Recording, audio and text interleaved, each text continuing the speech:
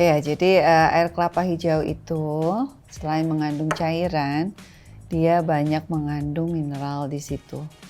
Nah, salah satu mineral yang terdapat di air kelapa, tidak hanya air kelapa hijau, jadi semua air kelapa, itu mengandung yang namanya kalium atau bahasa Inggrisnya potasium.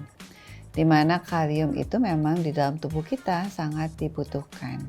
Dan dikatakan dari penelitian ilmiah, kalium itu dapat membantu dalam salah satunya menurunkan tekanan darah kita.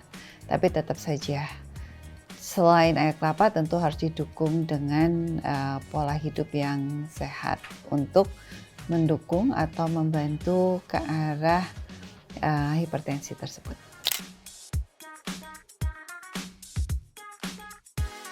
Jadi ya karena kalau air kelapa kita bisa katakan dia cairan ya. Nah, selain cairan dia juga mengandung elektrolit juga. Jadi pada waktu kita berolahraga ada elektrolit yang turun. Nah, karena air kelapa mengandung elektrolit, kaya akan elektrolit, tentu saja baik juga untuk kita konsumsi untuk kita pada waktu berolahraga.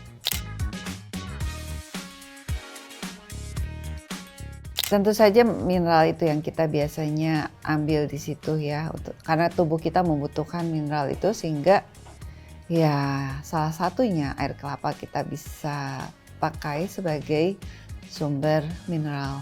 Kan tetapi ada yang mungkin perlu hati-hati misalnya pada orang-orang yang mempunyai gangguan fungsi ginjal di mana dia harus hati-hati dengan asupan kaliumnya. Nah, itu tolong berkonsultasi ke dokter. Makanan mana yang sebaiknya dibatasi atau dihindari dan makanan mana yang bisa dikonsumsi. Kalau suatu bahan makanan dikatakan dapat menyembuhkan, itu tentu saja perlu adanya penelitian ilmiah. Jadi biasanya dari makanan itu merupakan pendukung daripada obat-obatan yang diberikan oleh dokter sesuai dengan kondisi kesehatan mereka.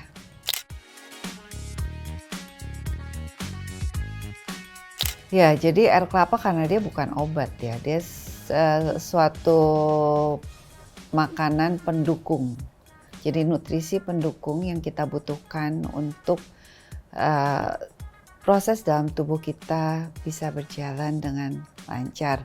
Selain mineral yang terdapat di air kelapa tersebut, juga ada cairan yang terdapat di situ. Jadi tentu saja dia bukan obat yang akan berfungsi untuk menyembuhkan. Apalagi di zaman sekarang banyak beredar dikatakan, oh iya pada pandemi ini untuk COVID ini disarankan minum air kelapa atau gimana.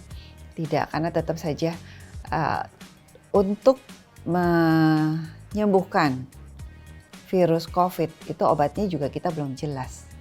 Kita belum tahu. Jadi tidak bisa dikatakan air kelapa itu obat, tidak. Tapi tentu saja dengan nutrisi yang bergizi lengkap dan seimbang, jadi lengkap apa yang dikonsumsi baik dari karbohidrat, protein, lemak. Yang kita perlu perhatikan adalah asupan protein mesti cukup, itu sering yang dilupakan oleh orang-orang yang ingin menjaga daya tahan tubuh atau yang sedang menderita. Asupan proteinnya sering tidak cukup, sedangkan protein itu penting sekali untuk dikonsumsi. Kadang mereka salah pilih, mereka pilihnya mungkin lebih banyak karbohidrat atau lebih banyak gula. Hal tersebut tentu saja tidak membantu dalam mempercepat penyembuhan suatu penyakit. Karena tetap kita harus membatasi asupan gula, terutama gula sederhana atau karbohidrat sederhana. Karena kalau kita mengkonsumsi gula berlebihan, ditambah dengan asupan lemak jenuh yang berlebihan dari goreng-gorengan atau dari misalnya santan-santan, itu tidak membuat kita jadi lebih sehat. Bahkan mungkin daya tahan tubuh kita menjadi turun. Jadi asupan protein itu yang kita perlu perhatikan. Protein mana yang kita sebaiknya konsumsi, tentu saja yang mengandung rendah lemak jenuh, misalnya ikan laut atau ayam, putih telur. Kalau mau protein nabati silahkan, ada kacang-kacangan, ada tahu atau tempe, tolong itu konsumsi. Kita sebaiknya memilih lemak bagus, misalnya terdapat di ikan laut atau di minyak zaitun atau di minyak canola, itu boleh silahkan, tapi kita batasi asupan lemak jenuh, di mana asupan lemak jenuh itu memang baik terdapat di makanan yang goreng-gorengan atau makanan mengandung tinggi santan atau daging-daging yang tinggi lemak, itu malah yang sebaiknya kita batasi. Nah, air kelapa di sini ya boleh saja dikonsumsi untuk membantu meningkatkan membantu memenuhi, memaksimalkan kebutuhan nutrisi kita, salah satunya mineral dan cairan.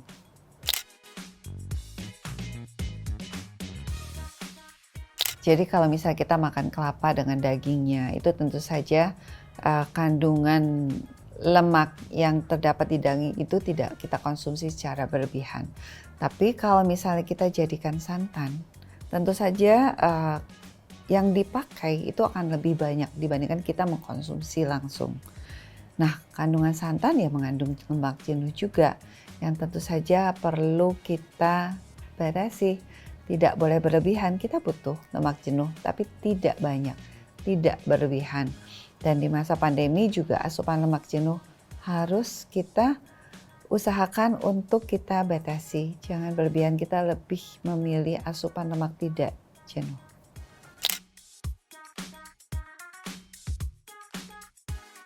Jadi silakan saja ibu hamil bila ingin mengkonsumsi air kelapa. Tapi tentu saja tidak karena minum air kelapa janinnya jadi kulitnya lebih mulus atau bagus. Karena tetap saja ibu hamil perlu mengkonsumsi makanan yang bergizi lengkap dan seimbang sehingga janinnya tentu saja bisa tumbuh dan berkembang dengan maksimal. Jadi tidak hanya dari air kelapa tersebut. Mungkin air kelapa merupakan sumber daripada cairan dan vitamin dan mineral, tapi tidak hanya itu yang dibutuhkan oleh ibu hamil. Ibu hamil membutuhkan nutrisi yang lengkap.